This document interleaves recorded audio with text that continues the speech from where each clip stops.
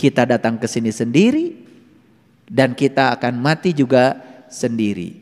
Tapi kita menjadi ewuh pakewuh karena dalam perjalanan hidup kita membangun kemelekatan pada orang lain. Lalu menjadi tidak siap ketika kita berpisah dengan banyak orang. Padahal aslinya kita ini adalah sendiri. Makanya belajar untuk mengasingkan diri jadi orang asing. Belajar dalam kesendirian. Tapi bukan berarti kalau kita sudah merasakan kenikmatan dalam kesendirian, kita menjadi orang yang egois. Tidak. Percaya sama saya. Begitu kita sudah menemukan kenikmatan dalam kesendirian, maka kita akan menjadi penuh welas asih, penuh cinta. Bahkan itu yang dilakukan oleh para nabi, para rasul. Menyendiri dulu untuk membagikan cinta kasih pada orang banyak. Nabi Muhammad pun sendiri dulu 15 tahun di Gua Hiro. Menemukan dulu kenikmatan dalam kesendirian. Itu berarti mengasingkan diri? Berarti kalau mengasingkan diri jadi orang asing? Gitu. Kalian mau terus dalam kerumunan? Silakan aja. Apa hasilnya dalam kerumunan? Maaf ya, saya kasih tahu. Apa yang didapatkan oleh kita ketika kita terus menerus dalam kerumunan? Ayo, bisa menjawab? Kalau tidak saya tunjukkan. Hasil akhir dari terus menerus dalam kerumunan dalam 90% tadi, kasiro tadi. Yang pertama adalah kesengsaraan. Betul? Perlu saya buktikan? Ayo. Kita membangun kemelekatan dengan orang dalam kerumunan. Sederhana aja, kemelekatan dengan anak, kemelekatan dengan pasangan, kemelekatan dengan uang. Terus membangun berbagai macam kemelekatan. Ketika kita sudah melekat, apa yang terjadi? Takut kehilangan yang kita sudah melekat padanya. Rasa takut yang menyiksa kita karena takut kehilangan yang kita melekat padanya menimbulkan kesengsaraan apa tidak? Betul? Jadi ada kata-kata bijak tadi itu yang disampaikan sahabat kita di WA Group yang membuat kita menderita bukanlah kenyataan, tapi yang membuat kita menderita adalah penolakan kita terhadap kenyataan yang ada. Kenyataan itu tidak bisa membuat kita menderita, tapi sikap kita terhadap kenyataan itu yang membuat kita menderita. Sakit itu alamiah. Rasa sakit yang kita rasakan juga alamiah. Tapi penderitaan karena rasa sakit itu pilihan. Maaf ya. Saya juga pernah sakit. Sampai saya harus kehilangan satu ginjal saya. Dan sekarang hidup saya dengan satu ginjal. Ratusan pembuluh darah di sini disobek untuk mengambil bagian ginjal kanan saya yang sudah tidak berfungsi. Kenapa saya mengalami itu? Ya, itulah resiko yang harus saya ambil. Karena saya saat itu masih hidup dalam ketidaksadaran. Akibatnya harus kehilangan satu ginjal untuk mencapai sebuah kesadaran baru. Kata dokter, setelah diambil ginjal, Bapak harus istirahat 3 bulan. Batin saya mengatakan, ini tidak disampaikan ke dokter saya untuk menghormati beliau. Itu kekhawatiran. 3 hari saya dari rumah sakit, semuanya udah saya cabut selang-selang itu. Dan saya pulang ke rumah. Dokter mengatakan perlu ada asisten di rumah untuk ganti perban karena dari sini memanjang ke sini operasinya. Tidak, saya bilang, saya bisa sendiri. Dan 2 minggu setelah itu saya sudah mulai aktivitas saya. Saya pergi ke Samarinda. Belum ada tol dari Balikpapan ke Samarinda. Dari Balikpapan ke Samarinda itu 6 jam. perjalanan. Dan saya tidak merasakan sakit sampai sekarang. Jadi sakit itu adalah alamiah. Tetapi penderitaan karena sakit itu pilihan. Kita mau menderita karena sakit atau tidak, itu pilihan kita. Dan saya tidak mau itu. Saya setting pikiran saya. Bahkan sampai sekarang, kalau saya habis meditasi, saya suka usap bagian belakang ginjal saya. Dan saya mengatakan, terima kasih kedua ginjalku. Dan saya selalu mengatakan, terima kasih kedua ginjal. Saya tidak merasa ginjal saya satu. Saya usap dua-duanya, terima kasih kedua ginjalku. Terima kasih keduanya. Makanya kalian naik gunung selalu kalah sama saya, bukan? Banyak yang kemarin pergi ke Jelekong. Ayah, kenapa kok jalannya cepat sekali? Saya sudah sampai, ngos-ngosan di belakang. Padahal ginjalnya 2. Tergantung setting kita. Kita mau menua dengan lemah, kita mau menua dengan kuat, tergantung setting pikiran kita. Kalau kita mengatakan saya di masa tua akan lemah, akan lemah. Tapi kalau dikatakan saya di masa tua akan dewasa, akan matang, akan bijaksana, terus yang dimunculkan di pikiran kita kata-kata yang menguatkan, kita akan menua dengan kuat. Percaya sama saya. Paham sampai di sini? Jadi dalam kerumunan ada apa tadi? Kesengsaraan. Saya tanya, kalau kita terus berada dalam kerumunan, ada kecemasan? Kalau kita terus-menerus dalam kerumunan, ada penderitaan? Yes.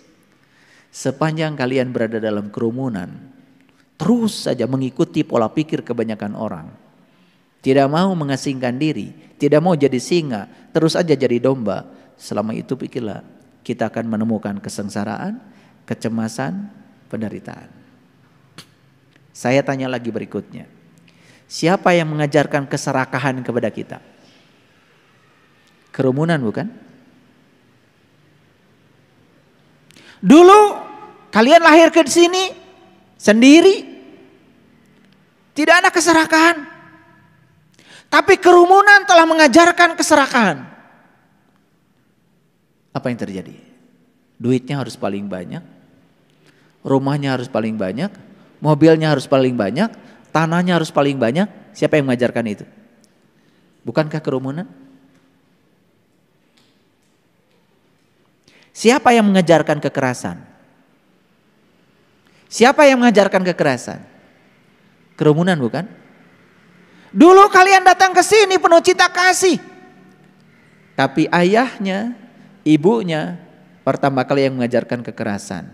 Kata-kata yang keras. Ketika anak tidak setuju, orang tua berteriak pada anak.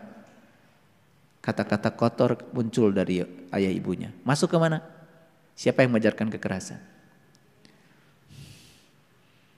Lihat sekarang di televisi. Ayah bisa dibunuh oleh anaknya. Seorang nenek bisa membantai cucunya sendiri. Ada tuh. Baru terjadi di Bandung Barat. Siapa yang mengajarkan kekerasan? Bukankah kerumunan juga? Siapa yang mengajarkan ambisi? Siapa mengajarkan kebencian? Siapa yang mengajarkan keinginan yang terus-menerus tentang masa depan? Siapa yang mengajarkan kita menjauh dari masa kini? Siapa? Siapa? Semua dari kerumunan, dari hubungan kita dengan orang lain. Baik, sekarang saya akan tunjukkan bagaimana kita bisa keluar dari kerumunan.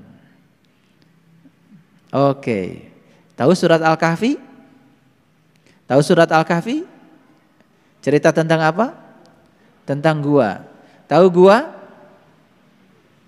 Orang Jakarta itu keren banget. Bilang dirinya sendiri, gua. Jadi mana gua? Nih gua. Gue. Gak usah jauh-jauh ngaji. Jadi gua itu apa?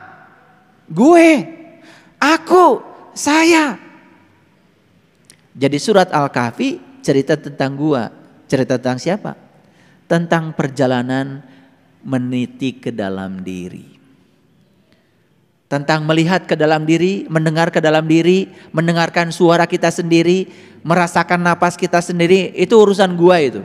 Kalau dibongkar surat Al-Kahfi dari ayat 1 sampai ayat 110, isinya sebetulnya adalah perintah untuk meninggalkan kerumunan.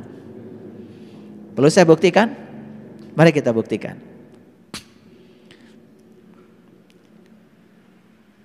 Kita lihat dulu ayat yang ke-10. Sudah siap? Oke, kita baca sama-sama. Ingatlah tatkala para pemuda itu. Pemuda, bukan pemudi. Awas, awas, perhatikan, ini bahasa simbolik. Jadi kalau di Quran ada kata-kata laki-laki, itu pasti urusan rohani. Kalau di Quran ada kata-kata perempuan, wanita, itu pasti urusan jasmani. Makanya aku ciptakan manusia berpasangan, itu bukan suami istri. Azwaja, pasangan, itu adalah ruhani dan jasmani. Jadi semua kita itu sudah sempurna sejak dari lahir. Kalau nikah, bersuami, beristri, itu pilihan. Boleh nikah, boleh enggak masalah. Rabi'ah Al-Adawiyah, seorang wanita suci di zamannya, memilih untuk tidak menikah. Karena tidak ada laki-laki yang bisa menjawab pertanyaan dia.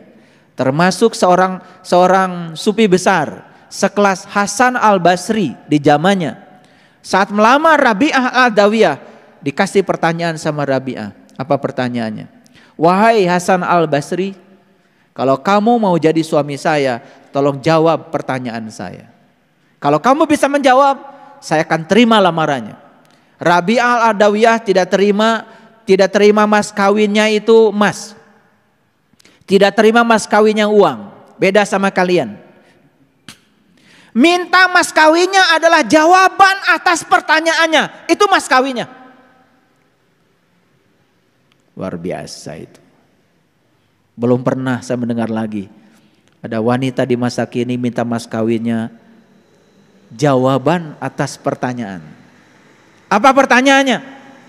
Pertanyaan Rabi'ah, wahai Hasan Al-Basri, kalau saya nanti mati, saya masuk surga atau masuk neraka? Diam, Hasan Al-Basri tidak bisa menjawabnya. Kata Rabi'ah, satu pertanyaan itu saja kamu sudah tidak bisa menjawab. Aku tidak menyampaikan pertanyaan yang lain. Ada pertanyaan Rabi'ah yang kedua. Saat nanti sakaratul maut, apakah saya selamat atau celaka? Hasan Al-Basri tidak bisa menjawab. Bagaimana kamu bisa membimbing saya istrimu? Kalau kamu tidak bisa menjawab ini, berarti kamu belum tahu. Belum bisa menjawab pertanyaan tentang dirimu sendiri. Akhirnya tidak jadi. Rabi'ah memutuskan tidak menikah.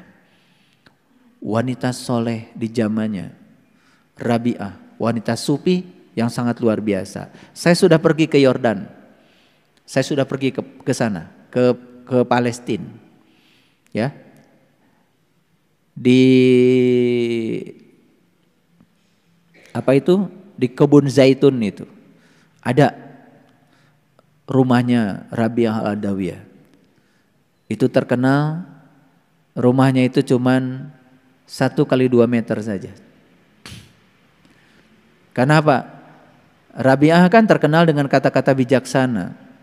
Jika aku ibadah kepadamu karena mengharap surgamu, jauhkan surga dari diriku. Jika aku ibadah kepadamu karena aku takut nerakamu, masukkan aku dalam neraka itu sendirian. Bengkakkan tubuhku, biar tubuhku saja yang jadi penghuni neraka itu. Tapi satu permintaanku Tuhan, janganlah Engkau halangi agar aku bisa selalu melihat kemuliaan wajah.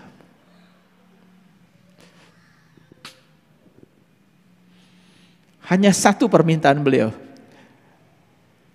jangan pernah kau halangi agar aku bisa melihat selalu kemuliaan wajah. Makanya rumahnya cuman 1 kali 2 meter. Ngerti maksud saya? Ngerti maksud saya? Ya. Kita hanya perlu rumah 1 kali 2 meter. Dan mati nanti cuman 1 kali 2 meter. Tipe 21. Di Sukabumi, di Balikpapan, RSSSS. Rumah sangat sederhana, selonjor saja susah.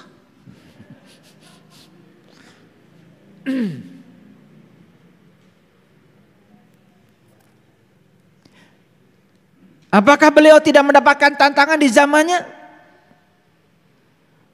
Tentu saja dapat tantangan menjadi orang asing. Mengambil sebuah pilihan yang berat.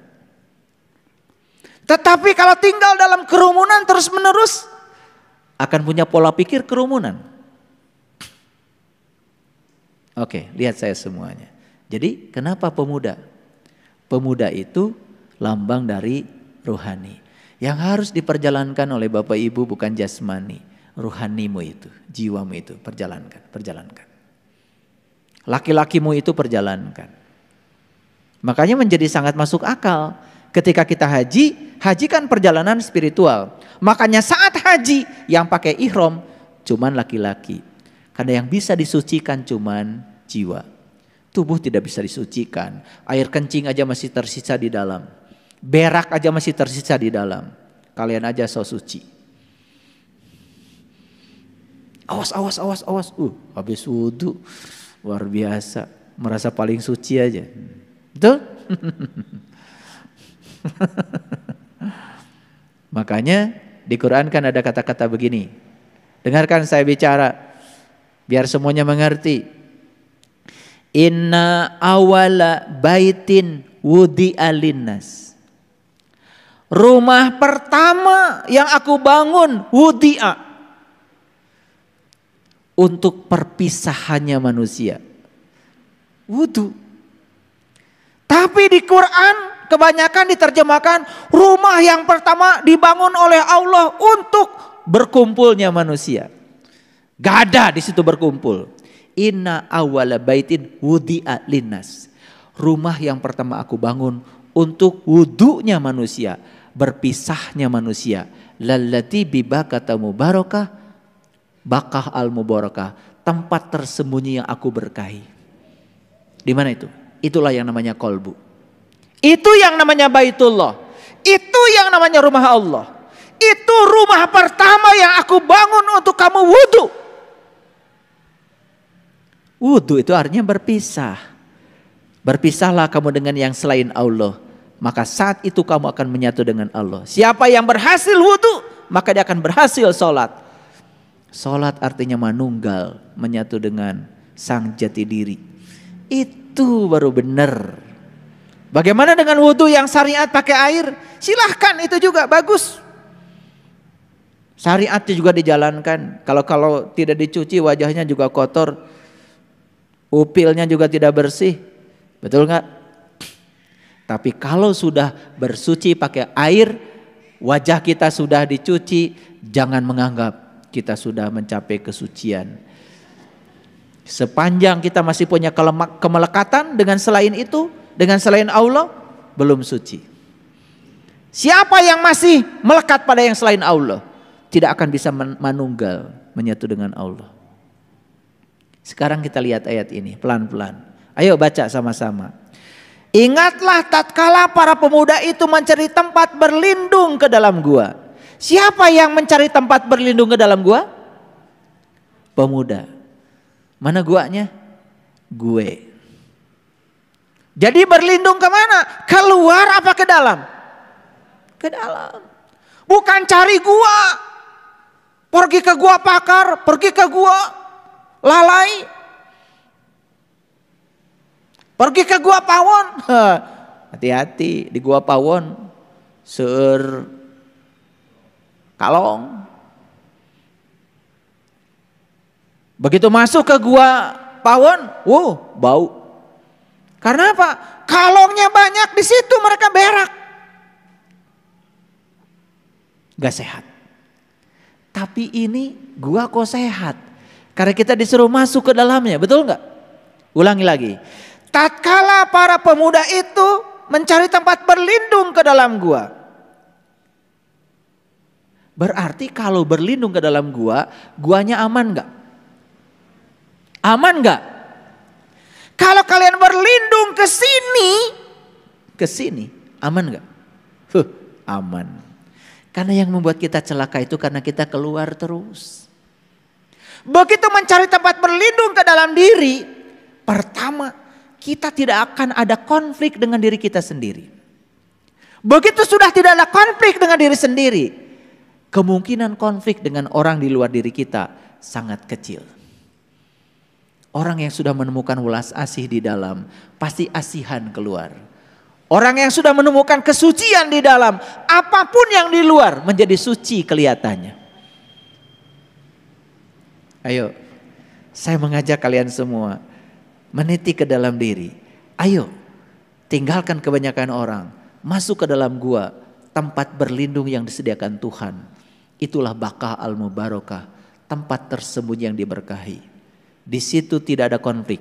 Begitu kita masuk ke situ, kita menjadi selesai dengan diri kita sendiri. Kalau sudah selesai dengan diri kita sendiri, gak ada urusan dengan orang lain. Orang lain mau baik kepada kita, orang lain tidak baik kepada kita, biarkan saja. Karena kita sudah menjadi diri kita sendiri. Apa yang terjadi selama ini? Karena kita tinggal dalam kerumunan.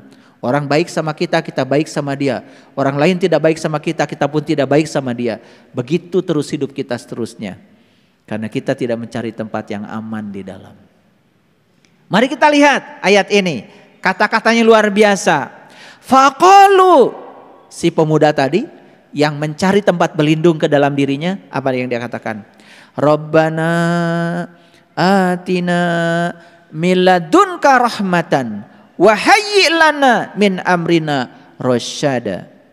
Wahai Tuhan kami, berikanlah rahmat kepada kami dari sisimu, dan sempurnakanlah bagi kami petunjuk yang lurus dalam urusan kami. Dia bicara dengan siapa? Ayo jawab pertanyaan saya. Dia bicara dengan siapa? Lihat kata-katanya, wahai Tuhan kami. Begitu dia berlindung ke dalam gua, bicaranya wahai Tuhan kami. Berarti ketemu Tuhan? Ketemu Tuhan? Jelas banget. Jelas ini bukan gua yang di Yordan. Dan diklaim gua Al-Kahfi itu yang di Yordan. Akhirnya kita semua ke sana. Mau meluangkan uang 40 juta hanya untuk melihat gua yang sempit di sana. Tapi kita tidak mau melihat gua yang luas dalam diri kita walaupun gratis. Makanya kata Nabi, ilmu ini jika aku tawarkan kepada mereka yang tidak mencarinya, gratis saja belum tentu mau. Itulah manusia kadang-kadang konyol. Begitu punya foto, lagi berfoto di sana, di gua yang di sana yang sempit. Saya udah ke sana sama istri saya. Karena saya apa? Saya tidak mau ngomong, tapi saya belum membuktikan. Saya ngeluarin uang untuk itu. Begitu sampai di sana, ternyata sempit guanya. Padahal di Quran dikatakan dalam gua itu ada matahari terbit, nggak ada di sana. Poek. Mari kita lihat ayat ini. Ulangi lagi. Begitu dia masuk ke dalam gua, si pemuda ini ngomong apa? Rabbana, ya Tuhan kami. Gak mungkin ngomong gitu kalau gak jumpa dengan Tuhan. Gak mungkin ngomong begitu kalau tidak berjumpa dengan jati dirinya sendiri. Masuk akal? Makanya kritis dong kalau ngaji itu. Biar pinter dikit. Dikit aja dulu pinternya, gak usah banyak-banyak. Begitu dia masuk ke dalam gua, doanya begitu. Berarti gua itu apa? Gua itu adalah tempat pertemuan. Antara siapa? Antara Nur Insan, Nurullah, Nur Muhammad. Tempat melakukan syahadat sejati yang sebenarnya. Makanya doanya, Rabbana atina min ladunka rahmatan wa hayyi' lana min amrina rasyada Rosyada, rosyid, irsyad, irsyad jadi mursyid. Jadi sebenarnya rosada itu artinya adalah cerdas. Jadi si pemuda ini masuk ke dalam gua, ingin jumpa dengan yang maha cerdas supaya dia jadi cerdas. Makanya siapa yang sering berkunjung ke dalam diri sejatinya, mengunjungi diri sejatinya, pintar jadinya. Pintar tanpa belajar, cerdas tanpa berlatih. Tahu-tahu Quran ngerti aja. Karena itu sudah janji Allah, inna alaina jam'ahu wa qur'anahu. Aku akan kumpulkan Al-Quran di dalam dadamu. Itu janji Allah dalam kesadaran.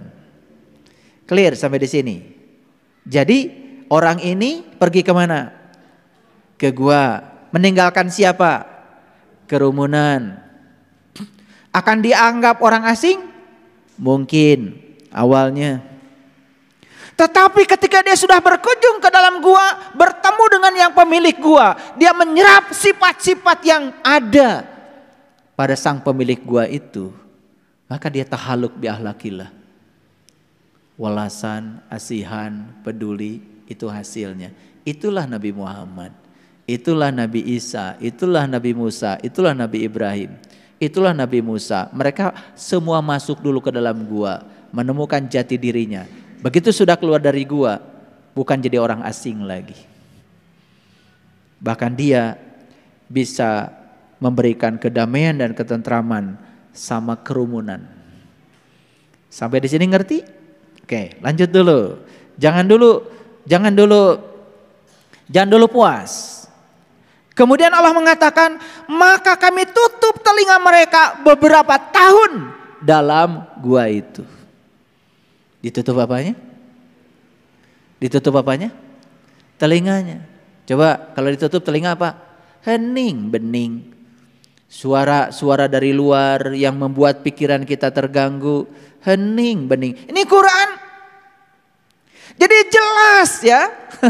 Guanya bukan yang di luar kita. Guanya ditutup oleh Allah telinga mereka beberapa tahun.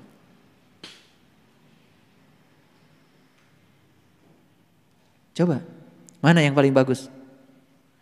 Nutup mulut orang atau nutup telinga sendiri? Pintar kalian itu. Kalau gitu, kalau orang ngomong gak karu-karuan tentang kita, mana yang mau ditutup? Mulut orang atau telinga kita? Bohong. Masih pencemaran nama baik. Lapor sana, lapor sini, jika perlu bayar pengacara. Itu namanya belum tutup telinga. Karena kalian ingin membungkam mulut orang. Saya tanya, itu mulut orang di mana adanya? Mulut orang di mana adanya? Di orang. Bau apa wangi? Sudah mulutnya di bawah orang, yang kedua bau. Buat apa?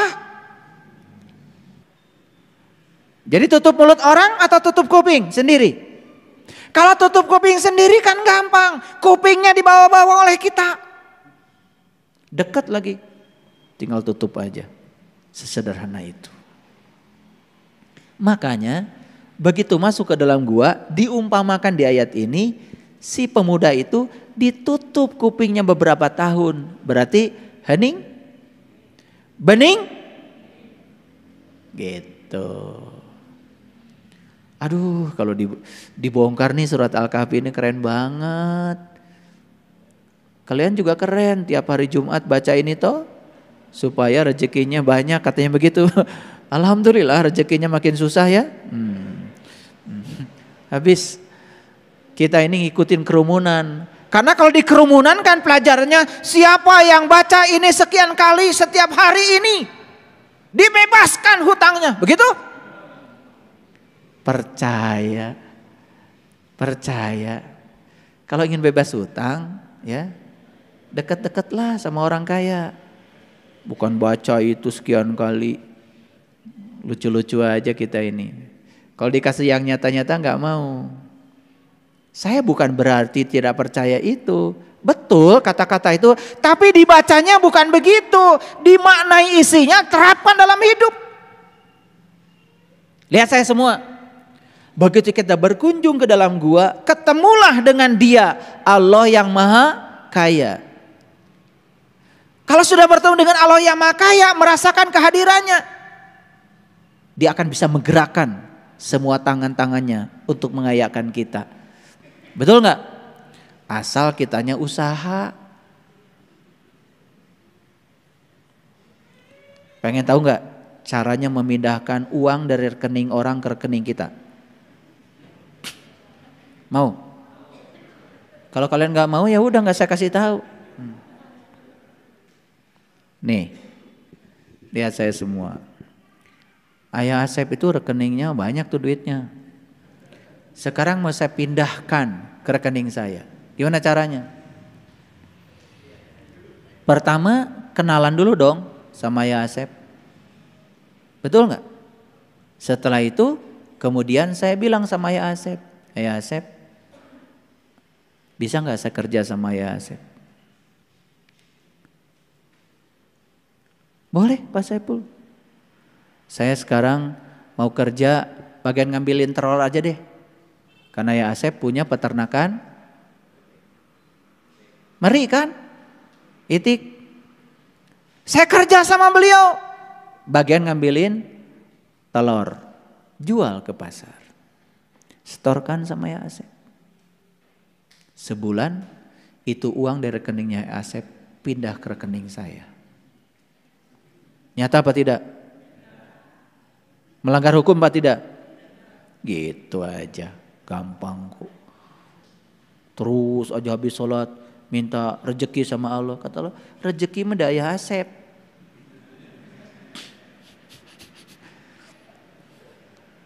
Baca surat Al-Kahfi sekian putaran.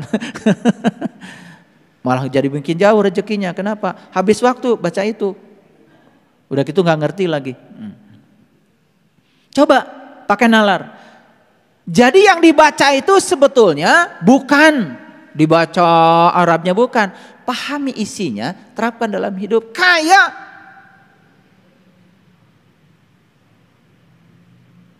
Ngeri maksud saya?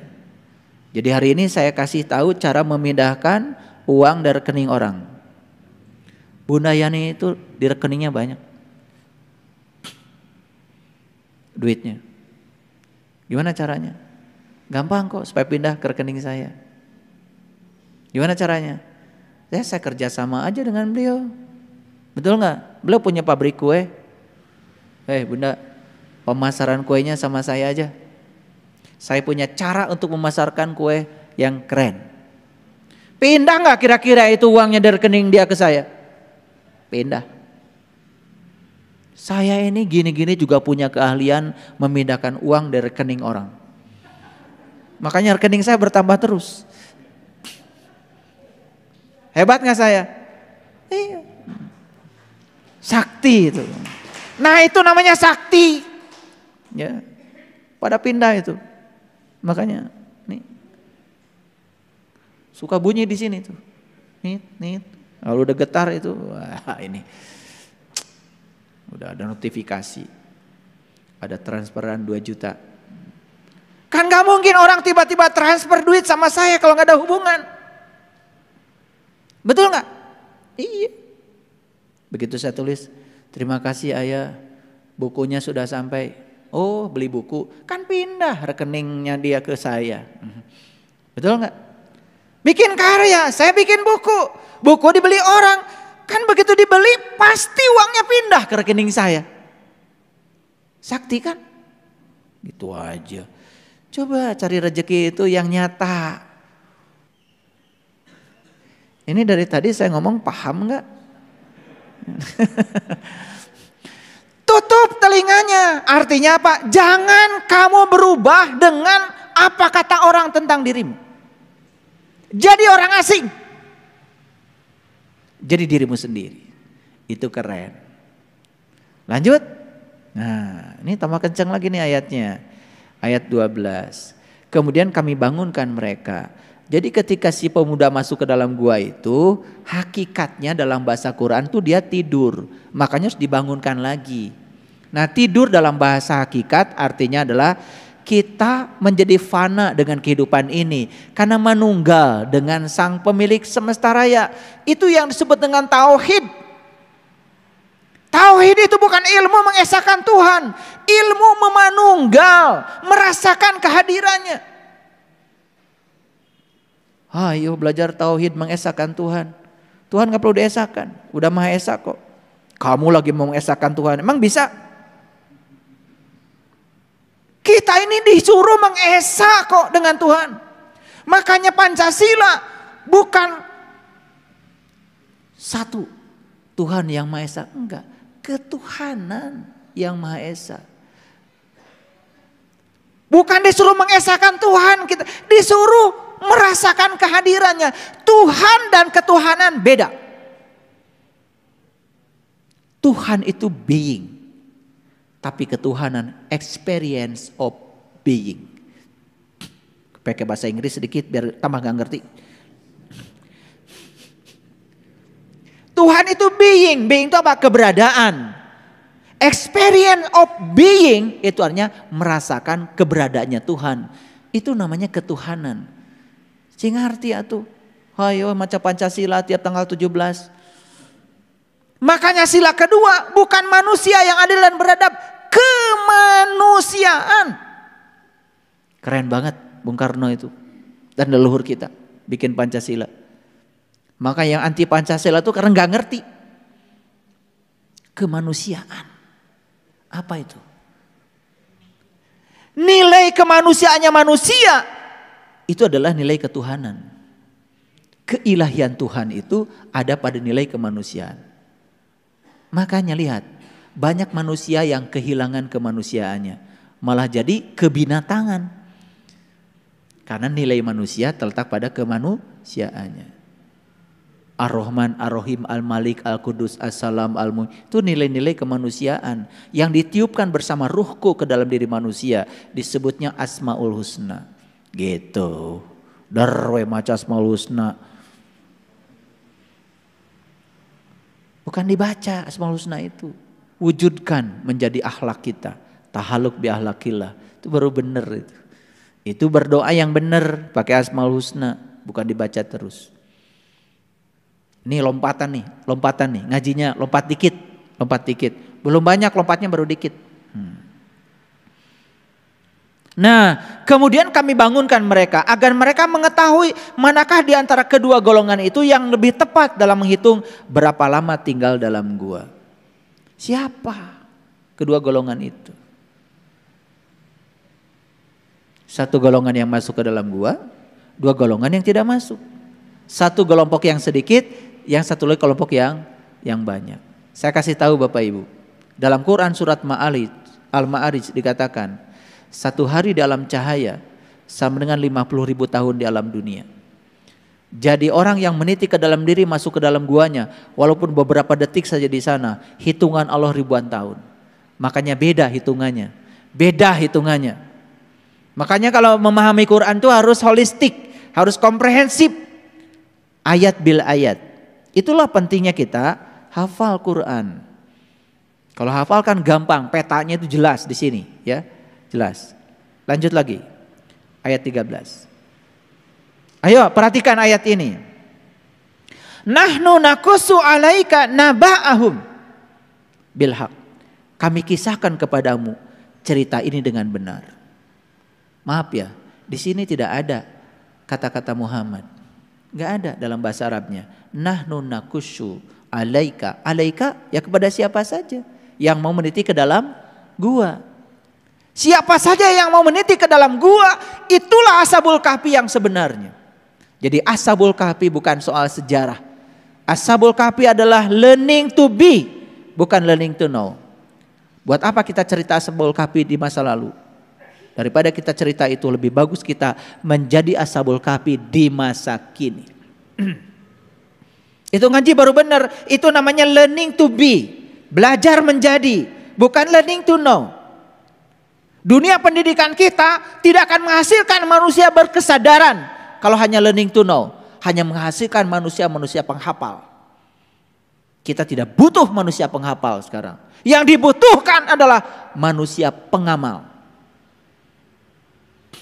Jangan bangga kalau anak ibu hafal sekian juz, sekian. Buat apa kalau nggak diamalkan? Kita tidak butuh penghafal. Sekarang butuh pengamal. HP saya ini hafal 30 juz loh Quran. Coba diklik aja. Hafal, dia hafal 30 juz.